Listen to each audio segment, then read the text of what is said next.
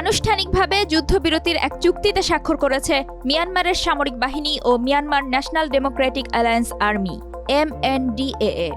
এই চুক্তির মাধ্যমে 18 জানুয়ারি বন্ধ হওয়া সংঘাত চূড়ান্ত রূপ পেয়েছে বলে নিশ্চিত করেছে চীনের পররাষ্ট্র মন্ত্রণালয়।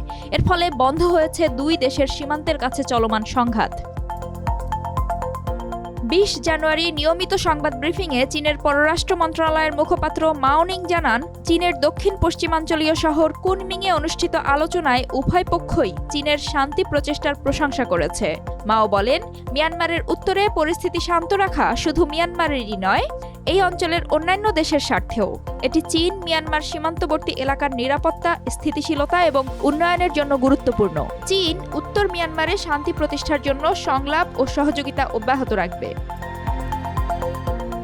MNDAA একটি জাতিগত সংখ্যালঘু সশস্ত্র গোষ্ঠী, যারা নিজেদের এলাকা থেকে সেনাবাহিনীকে হটানোর জন্য লড়াই করছে। এই গোষ্ঠী থ্রি ব্রাদারহুড অ্যালায়েন্সের অংশ, যার অন্যান্য সদস্য হল তাং ন্যাশনাল লিবারেশন আর্মি এবং আরাকান আর্মি। 2023 সালের অক্টোবরের শেষের দিকে এই জোট চীন সীমান্তের কাছে সামরিক জান্তার বিরুদ্ধে আক্রমণ শুরু করে। গত জুলাইয়ে MNDAA জানিয়েছিল তারা চীন সীমান্তের কাছে একটি গুরুত্বপূর্ণ সামরিক ঘাঁটির নিয়ন্ত্রণ নিয়েছে। বিশ্লেষকদের মতে, জান্তা বিরোধী গোষ্ঠীগুলোর অগ্রগতিতে উদ্বিগ্ন ছিল চীন। তারা সীমান্তবর্তী গুরুত্বপূর্ণ এলাকা থেকে সেনাবাহিনীকে হটিয়ে দিয়েছে এবং মিয়ানমারের কেন্দ্রীয় শহর মান্দালয়ের দিকে অগ্রসর হচ্ছে।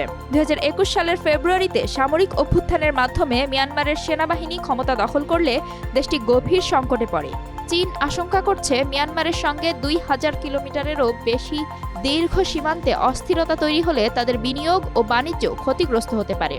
এর আগে 2024 সালের জানুয়ারিতে বেইজিং উত্তর সীমান্তবর্তী অঞ্চলে যুদ্ধবিরতি চুক্তির মধ্যস্থতা করেছিল, তবে কয়েক মাসের মধ্যেই সেই চুক্তি ভেঙে যায়।